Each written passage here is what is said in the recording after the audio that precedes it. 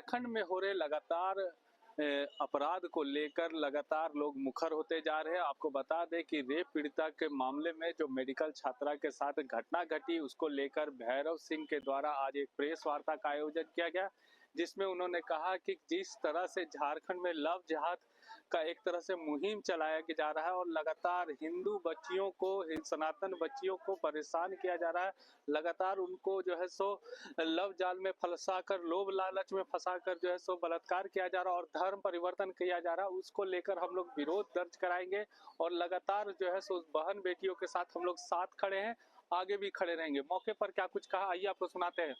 तो जय हिंद, जय झारखंड। महिला सशक्तिकरण का बात तो संपूर्ण राष्ट्र के प्रत्येक नेता करते हैं, परंतु महिला सुरक्षा के लिए कितने लोगों ने रोड में उतरने का काम किया और कितने लोगों ने समर्पित भाव से केस को अंतिम समय तक ले जा करके और पीड़िता को न्याय दिलाने का काम किया। आज प्रेस कॉन्फ्रेंस हम लोग कर रहे हैं केवल यह प्रश्न पूछने के लिए कि आप लोग आकर के भाषण तो दे देते हैं, भाषण देने के बाद कि अपराधियों को पकड़ा जाना चाहिए, अपराधियों का अरेस्टिंग होना चाहिए, अपराधी अरेस्ट भी हो जाते हैं बहुत सारे मुशक्कत के बाद, लेकिन कौन सा कानूनी दांव पेच खेल करके वर्तमान के जो अपराधी लोग हैं अपने आप को बचा लेते हैं। अभी एक डॉक्टर के साथ, उनको डॉक्टर ही कहेंगे, अभी वो ग्रेजुएशन अपना कंप्लीट की है, दांत के डॉक्टर बनने वाली थी, ग्रेजुएशन उनका कंप्लीट होता है, उनको उनकी ही एक सहेली बोलती है कि हमारा जो है बर्थडे है, आप पार्टी खाने आइए।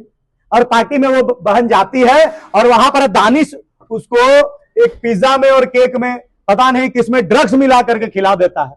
तो सबसे बड़ा बात है कि इसको केवल आप रेप का एंगल से देख रहे हो, ड्रग्स कहां से आया, ड्रग्स कहां से आ रहा है इतना झारखंड में, और उसका प्रयोग किस क्षेत्र में किया जा रहा है, या सोचने और समझने की आवश्यकता है।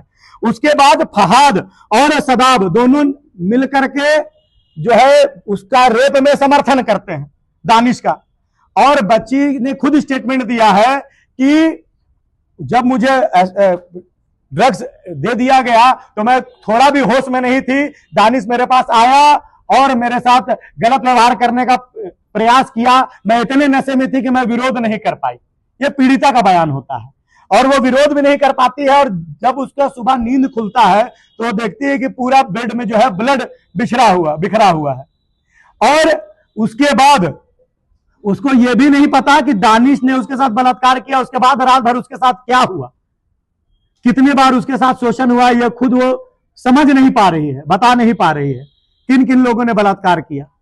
कल कोतवाली थाना क्षेत्र में 15 तारीख को एक 3 वर्षीय बच्ची को एक आदमी जो उसका स्कूल के बस का ड्राइवर था, जिसका नाम मोहम्मद इरफान है, वो बलात्कार कर देता। 3 साल की बच्ची का ये मानसिकता कहां से आ रही है लोगों को दिमाग में कि जिन बच्चियों को हम नवरात्रि के दिन में पैर धो करके और उनको मां बोल के प्रणाम करते हैं, उस 3 साल की बच्ची के प्रति भी किसी मन में हवस आ सकता है, वासना आ सकता है। किस मानसिकता की ओर हमारा समाज जा रहा है, किस मानसिकता की ओर जो है फहाद, मोहम्मद सदाम, मोहम्मद दानी, मोहम्मद इरफान, ये लोग जा रहे हैं।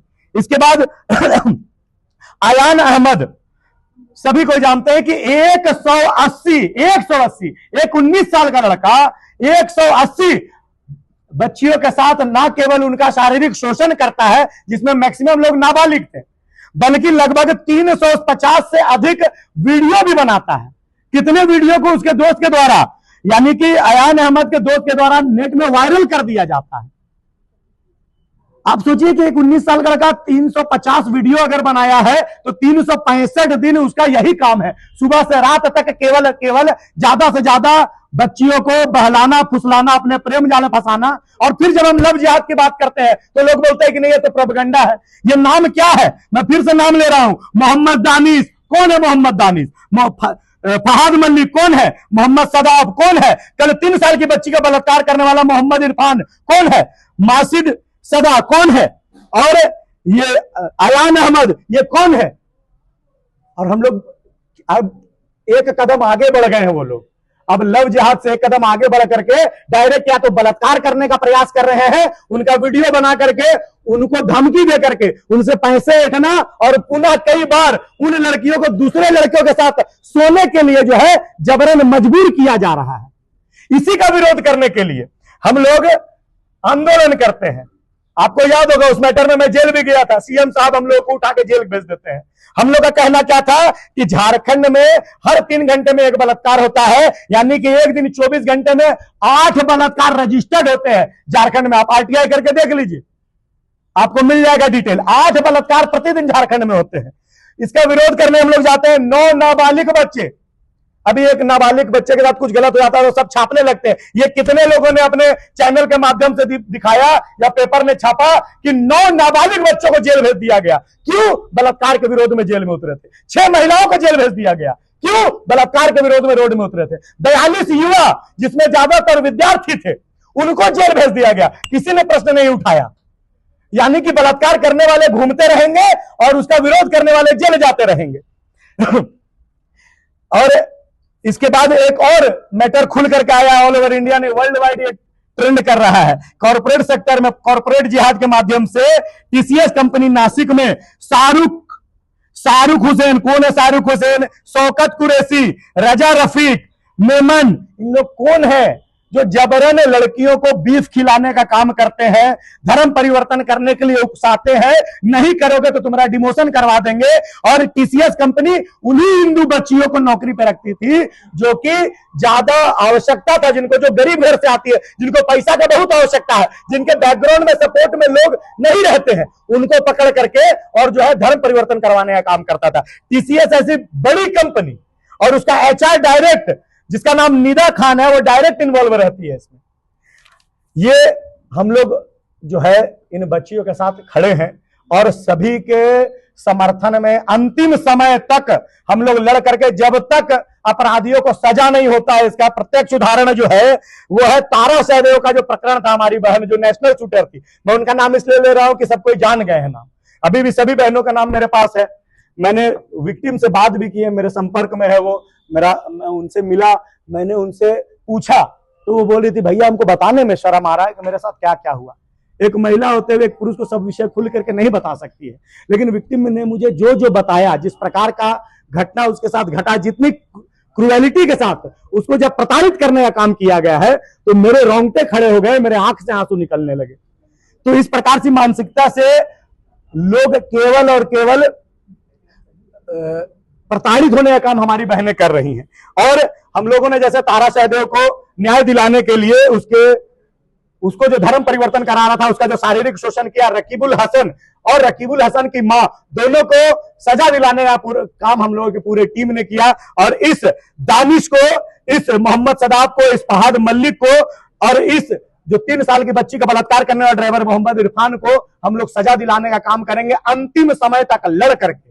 ये हम लोग आपको वचन देते हैं। और अगर इसमें कोई त्रुटि होती है, अगर अपराधी बच जाते हैं, जो एक और अपराधी अभी तक पकड़ा नहीं गया उस बच्ची के केस में, अगर वो नहीं पकड़ा जाता है तो पुनः हम लोग रोड में उतरने का काम करेंगे और इतना बड़ा आंदोलन होगा कि पूरा भारतवर्ष उसको देखेगा। लेकिन याद रखिएगा, उस आंदोलन के बाद भी अपराधी भले पकड़े नहीं जाए, लेकिन हमारे ऐसे कितने क्रांतिकारियों को, कितने महिला और नाबालिग बच्चों को जेल में भर दिया जाएगा, यह प्रत्यक्ष रूप से देखिएगा।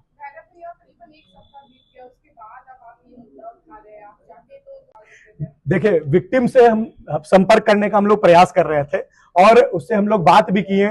मैं क्योंकि रांची में नहीं था उपस्थित, इसलिए मैं ये विषय नहीं उठा पाया, इसके लिए मैं क्षमा प्रार्थी हूं। मैं कल ही इस विषय को सब समाज के सामने रखने वाला था, लेकिन कल मुझे पता चलता है कि कोतवाली थाना क्षेत्र में 15 अप्रैल को फिर एक नाबालिग बच्ची, नाबालिग मतलब वो 3 साल की बच्ची है महाराज, अभी 16 तारीख को खूंटी के मुरहू में 12 साल की एक बच्ची के साथ मसी मसद 12 साल की बच्ची के साथ मसी मसद ने उसको कहा कि पड़ोसी था उसका, उसने कहा कि मेरी पत्नी को थोड़ा सा सहयोग कर दो घर के कामों में। 12 साल की बच्ची जाती है और उसको जंगल में ले जाकर के रेप कर देता है लोग। ये प्रतिदिन इस प्रकार की घटना होते रहती है। हम लोग तो रोज बोलते हैं, ऐसा नहीं कि मीडिया के सामने मैं पहली बार आ रहा हूं। दीदी, आप लोगों ने जितने बार प्रश्न किए हैं, झारखंड में जब भी इस प्रकार की कोई घटना घटती है तो हम लोग रोड में उतरने का काम करते हैं, लेकिन इसका नतीजा क्या निकलता है? बार बार हम ही लोग को जेल भेज दिया जाता है। अपराधी तो नहीं पकड़े जाते हैं, जेल हम लोग को भेजा जाता है। हम लोगों ने कौन सा अपराध किया है? अपराधियों का विरोध करना भी अपराध है क्या? पीड़िता को न्याय दिलाने के लिए रोड में उतरना अपराध है क्या?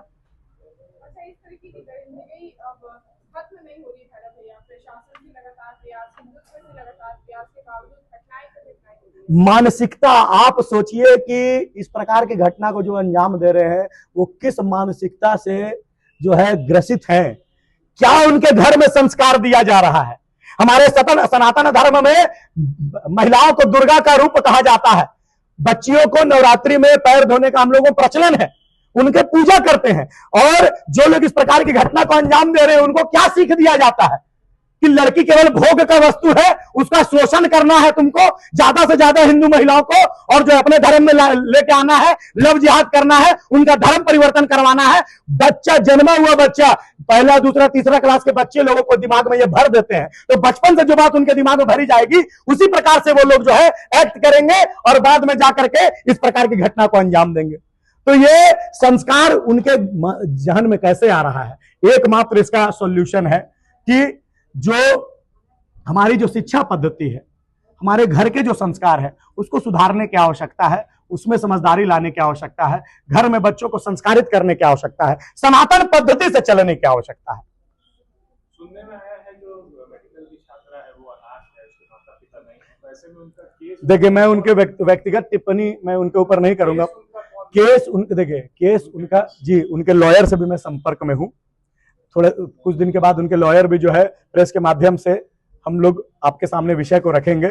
और अभी जितना भी कोर्ट का काम होता है, लिखा पढ़ी का काम होता है, जिसमें एक एफिडेविट दिया जाता है कि मैं प्रताड़ित हूं, मेरे से इसने रेप किया है और मैं इसकी गवाह हूं, और मेरा आग्रह है कि इसको बेल ना दिया जाए, क्योंकि अगर उसको बेल दे दिया जाता है अपराधी को तो निकल के हमको हरास करने का प्रयास करेंगे। ये प्रोसीजर हम लोगों ने कोर्ट में जो है फाइल कर दिया है। और आपको मैं पुनः बता दूं कि 50 लाख रुपया लेकर के दानिश का बाप मोहम्मद असलम, जो कि हिंदपीढ़ी का रहने वाला है, 50 लाख रुपया लेकर चल रहा था और उसने स्टेटमेंट दिया था, लड़की को भी बोला था, पीड़िता को भी बोला था 20 लाख तुमको दे रहे हैं, 30 लाख रुपया थाना को देकर के मैनेज कर देंगे।